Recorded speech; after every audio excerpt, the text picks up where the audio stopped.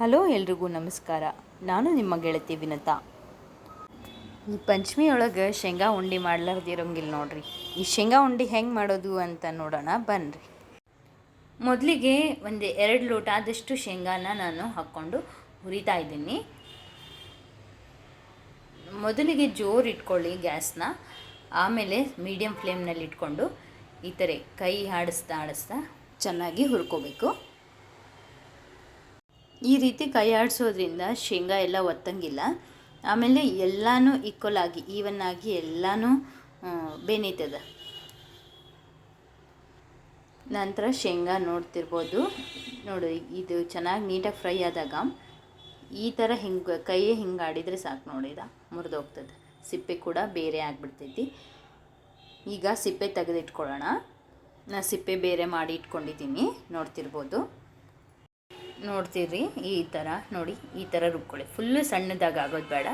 ಸುಮ್ಮನೆ 1 round mixie ಹಾಕೋದು ಇಟ್ಕೊಳ್ಳೋದು. 1 ರೌಂಡ್ ಮಿಕ್ಸಿ ಹಾಕ್ಕೊಳ್ಳಿ, ಇಟ್ಕೊಂಡು ಎಲ್ಲನೂ ನೋಡಿ ಈ ಥರ ಒಂದು ಪರಾತಕ್ಕೆ ಹಾಕ್ಕೊಂಡಿದ್ದೀನಿ. ನಂತರ ಬೆಲ್ಲ ಕುದಿಯೋಕೆ ಇಟ್ಕೊಳ್ತಾ ಇದ್ದೀನಿ. ಇಲ್ಲಿ ನಾನು 4 ಲೋಟ ಶೇಂಗಾ ಇದ್ದರೆ 3 ಲೋಟದಷ್ಟು ಬೆಲ್ಲ ಹಾಕ್ಕೊಳ್ತಾ ಇದ್ದೀನಿ. ಅದಕ್ಕೆ ಸ್ವಲ್ಪ ನೀರು ಹಾಕ್ಕೊಂಡು ಬೆಲ್ಲ ಕರಗೋಕೆ ಇಟ್ಕೊಳ್ಳೋಣ. ಈಗ ಕರಗ್ತಾ ಇರಲಿ. ಅಷ್ಟರಲ್ಲಿ ನಾವು ಶೇಂಗಾಕ್ಕೆ ಏನೇನು ಹಾಕೋಬೇಕು ಪದಾರ್ಥ ಅದನ್ನ ಹಾಕೊಂಬಿಡೋಣ. ಈ ಶೇಂಗಾ ಇದು ಮಿಕ್ಸಿ ಮಾಡಿ ಇಟ್ಕೊಂಡಿರ್ತೀವಲ್ಲ, ಅದಕ್ಕೆ ಪುಟಾಣಿ ಹಿಟ್ಟು ಹಾಕ್ಕೊಳ್ತಾ ಇದ್ದೀನಿ. ಒಂದು ಸ್ವಲ್ಪನೇ, ಇದು ಬೈಂಡಿಂಗಿಗೋಸ್ಕರ ಈ ಪುಟಾಣಿ ಹಿಟ್ಟು. ನಂತರ ಒಣ ಕೊಬ್ಬರಿ ಹಾಕ್ಕೊಳ್ತಾ ಇದ್ದೀನಿ. ಒಣ ಕೊಬ್ಬರಿ ತುರಿದಿಟ್ಕೊಂಡಿರೋದಿದು, ಅದನ್ನು ಸ್ವಲ್ಪ ಹಾಕ್ಕೊಳ್ಳೋಣ. ನಂತರ ಕಸಕಸ್ಗಿ ಮತ್ತು ಶುಂಠಿ ಪುಡಿನ ಹಾಕ್ಕೊಳ್ತಾ ಇದ್ದೀನಿ. ಈ ಕಡೆ ಬೆಲ್ಲ ಕರಗ್ತಾ ಇದೆ, ನೋಡ್ತಿರ್ಬೋದು. ಇನ್ನೂ ಸ್ವಲ್ಪ ಪೂರ್ತಿಯಾಗಿ ಕರಗಲಿ, ಇನ್ನೂ ಸ್ವಲ್ಪ ಗಂಟಿದೆ.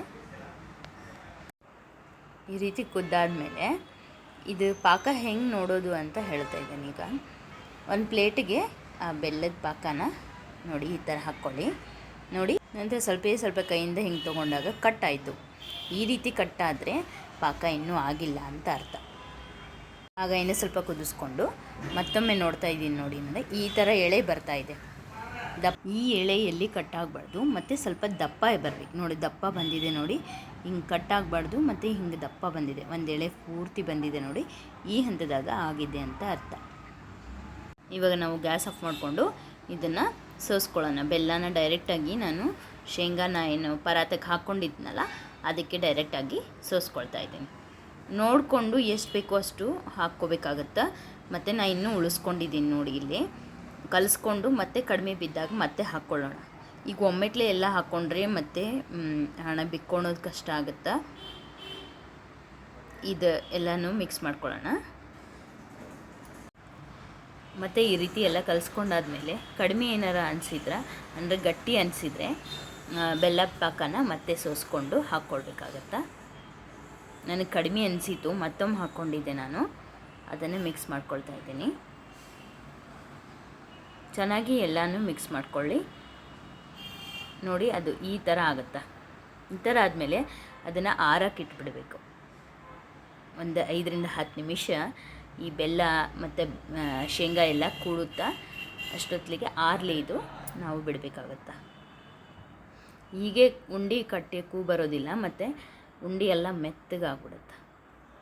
ಈ ಉಂಡೆ ಮಾಡೋಕ್ಕೆ ಮೇನ್ ಇಂಪಾರ್ಟೆಂಟ್ ಅಂದ್ರೆ ಈ ಪಾಕ ತೆಗಿಯೋದು ಭಾಳ ಇಂಪಾರ್ಟೆಂಟು. ಅದು ಪಾಕ ಏನಾರ ಜಾಸ್ತಿ ಗಟ್ಟಿ ಆದ್ರೆ ಅಥವಾ ಏರಾದ್ರೆ ಉಂಡೆ ಕಲ್ಲಾಕ್ಕವು.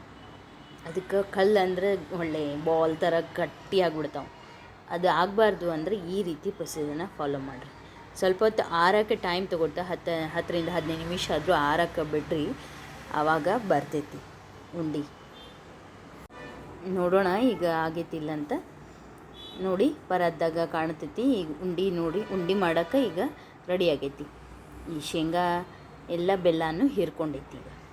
ಈಗ ನಾವು ಈ ಹಂತದೊಳಗೆ ನಾವು ಉಂಡೆನ ಕಟ್ಕೋಬೋದು. ಸ್ವಲ್ಪ ನೀರು ಕೈನ ತ್ಯಾವ ಮಾಡಿಕೊಂಡು ಅದನ್ನು ಉಂಡೆಯಾಗಿ ಕಟ್ಕೊಂಡು ನೋಡಿ.